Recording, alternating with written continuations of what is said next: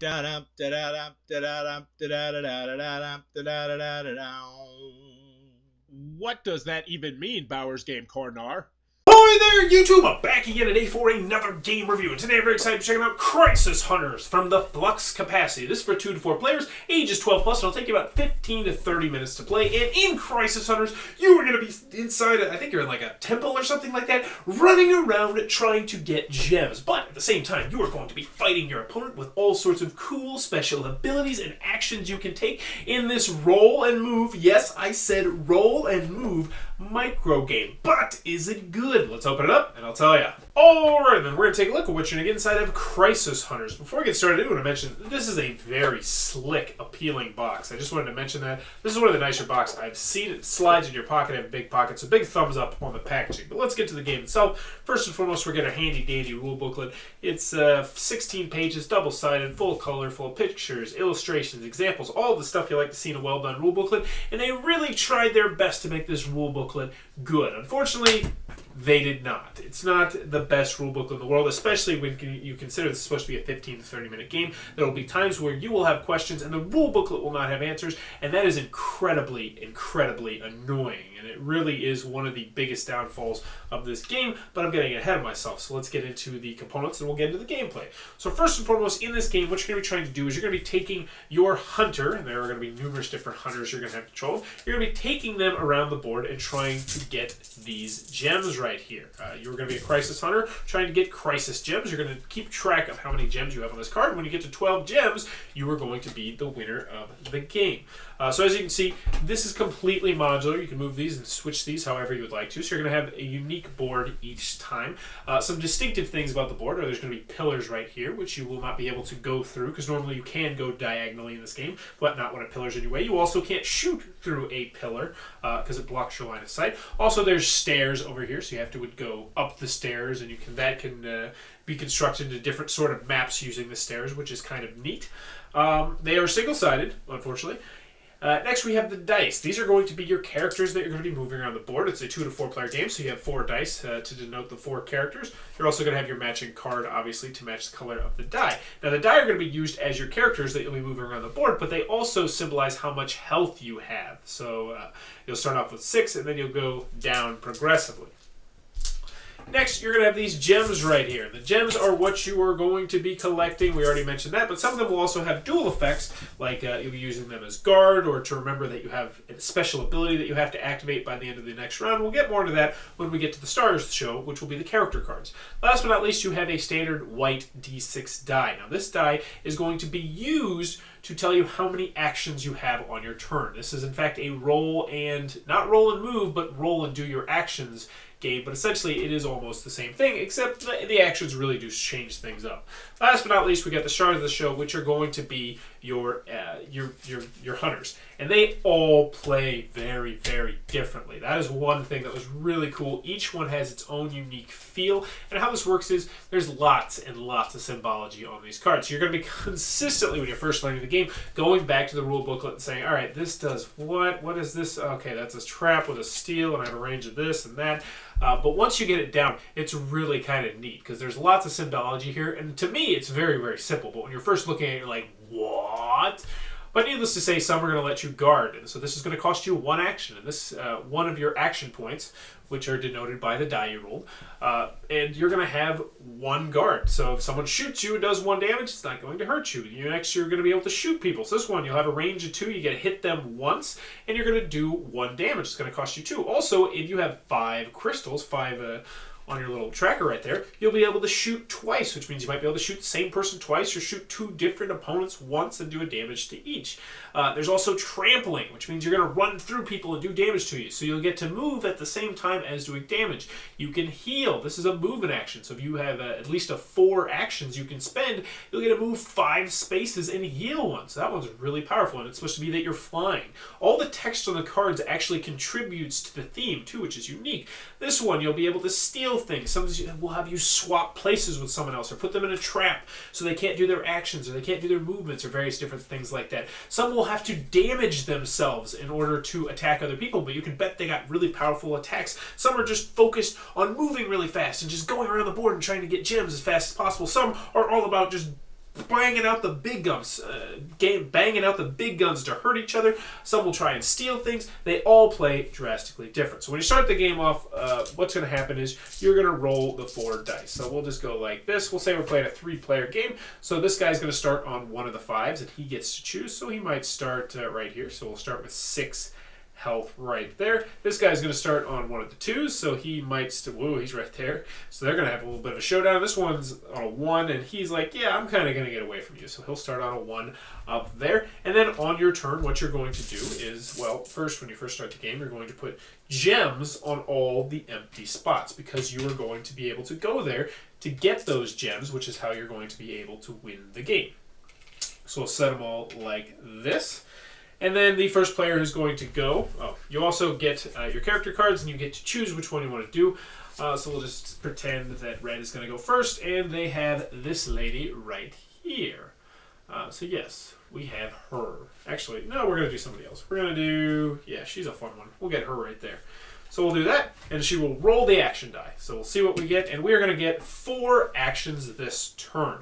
Now, the rules with actions are as such. You can move. You can move orthogonally or diagonal, and that will cost you 1 action. So you could just go 1, 2, 3, 4. You could move all over the board. So this person can go 1, 2, 3, 4 if they wanted to, and that'd be their first turn, and they would gain 2 gems, and that'd be a perfectly valid turn. Or what she could do is she could potentially go, say, 1, 2, go here, collect 2 gems, and then do her 2 action as she would like, which in this scenario is not really going to be too useful because it does heal. But what she would do is she could target someone 3 spaces away, which would be green, and she could swap spaces with that person. She really probably wouldn't want to do that.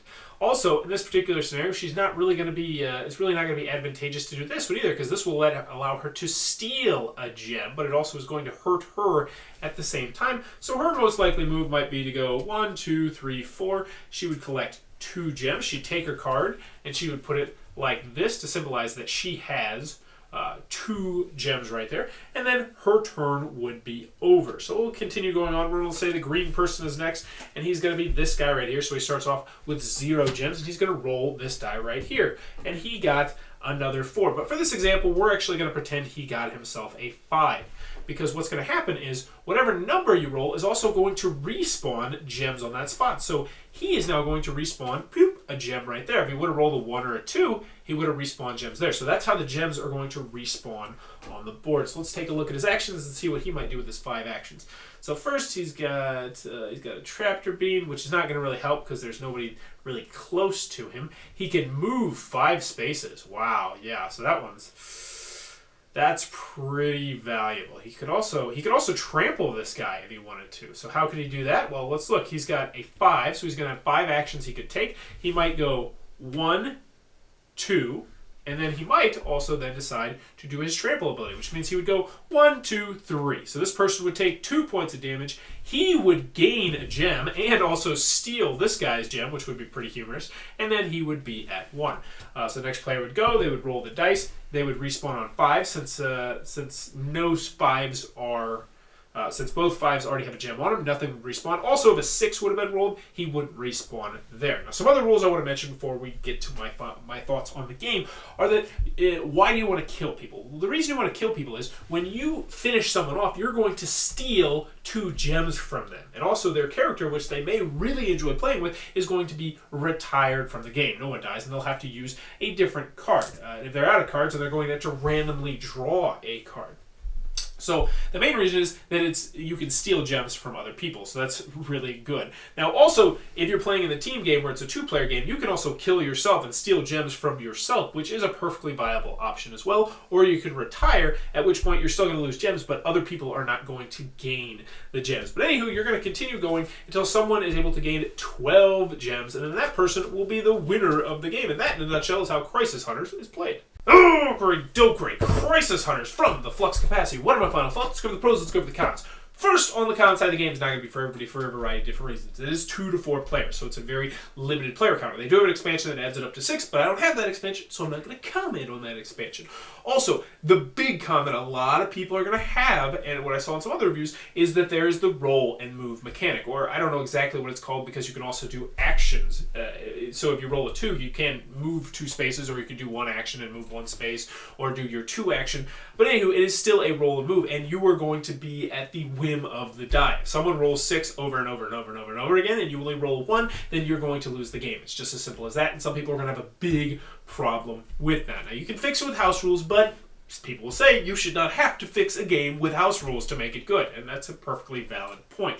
Also, getting on to the main point that I mentioned in the middle, is the rule booklet is not good. It tries its best to be good, and it looks really good. You look at the rule book, and you're like, man, this looks like a great rule book, woohoo! And then you get it, and you're like, God, I have questions that are not answered here. And things are confusing. Some things are confusing and they're in different areas where they should be. And it was annoying and it needs more. The rule booklet needs more. And God, that's the biggest thing that kills this game for me. Also, there is an error on one of the cards. I think there might be on 2. It's 1 and then maybe 1 on expansion. All I know is that there is an error on one of the cards, which is not a deal breaker. I mean, but when you do get the card, if you don't know there's an error, you'll be like, what the heck does this mean? Which is frustrating. I would have liked it if the map top cards that you set out were double-sided. That seemed like a little bit of an oversight. I feel like you really could have had some cool potential if you would have had them double-sided, but that's not a huge deal. Also, if you just don't like lighter games, this one's not going to be for you. This is an incredibly light game. You're going to roll, you're going to move, you're going to do actions, you're going to shoot people, you're going to collect gems. The game's going to be over. Last but not least, it says 15 to 30 minutes, and 15 minutes, you really have to know what you're doing if you're going to finish it in that time frame. But if you do know what you're doing, it can play pretty briskly. But for most people, I feel like this is going to be a little bit longer than you might want it to be, especially when you're first learning the game. And that's what I got on the cons with Khrysos Hunters, because I am torn about Khrysos Hunters. I don't know what to do, because I really want to like this game. God, the components are nice. The artwork is nice. The characters all play different, and they have their own distinctive personalities. And the little flavor text on the card actually makes sense. Like, what your moves you're doing, they actually make sense. You're like, what? There's theme in this game that's coming across, and then you're having problems with the rules, and it just tears me apart. It tears Elmo apart, because this game is so close to being great for me. It is so close to being a fantastic game with me that comes in my backpack that I can bust out here or there and play quickly and teach quickly, and that's what I want from this game. And it just, those rules, they kill it for me. They kill it for me. That being said, do I recommend the game? Yes, I still recommend the game, and the biggest reason why is because I can get past the roll and move mechanic. I really don't mind it, honestly, that much. I feel like it balances itself out through most of the games. In particular, I really like this 2 players. Now, 4 players is, that's another thing I forgot to mention, the con. 4 players, wild, wild west, crazy, you're getting shot all over the place, that sort of thing. 2 players is a much more methodical game. You're deciding, oh, do I want my guys to work together in cooperation, essentially, especially if you have people that can shoot other people and make them move, because that can be incredibly useful, or are you just, oh man, I like it cooperative. I liked it with 3 and 4 players though. I like the components, I like everything about this game, but those rules just kill me, and overall, as you can tell, I'm having issues here. I like this game, and I can recommend this game if you can get past the roll and move mechanic, and that doesn't bother you, which it really doesn't bother me, because the actions are really cool, and even a 1 action on a card can be good. So even if you roll a 2 and move 1 space, move diagonal, and then do a cool action, it balances itself out, which I like. And if you can get past that, and if you can get past the rules, which are not good for a 15 to 30 minute game, then I can definitely highly recommend Khrysos Hunters. But if you don't want to go through that, then I can't recommend Khrysos Hunters, which is unfortunate. So overall, Khrysos Hunter from the Flux Capacity is one that I really want to like, and I still do like, but it could really use a 2nd edition. So that is Khrysos Hunters from the Flux Capacity. If you enjoyed this review, please be sure to click on the subscribe button down below and in the comments below. Let me know if you could visit anywhere in the world, where would it be? I'd like to visit Rome. I would love to see the Colosseums. think that'd be awesome. Even though the pyramids, that sounds pretty cool too. But let me know in the comments below if you could visit anywhere in the world, where would it be? And as always, thanks for your time, YouTube.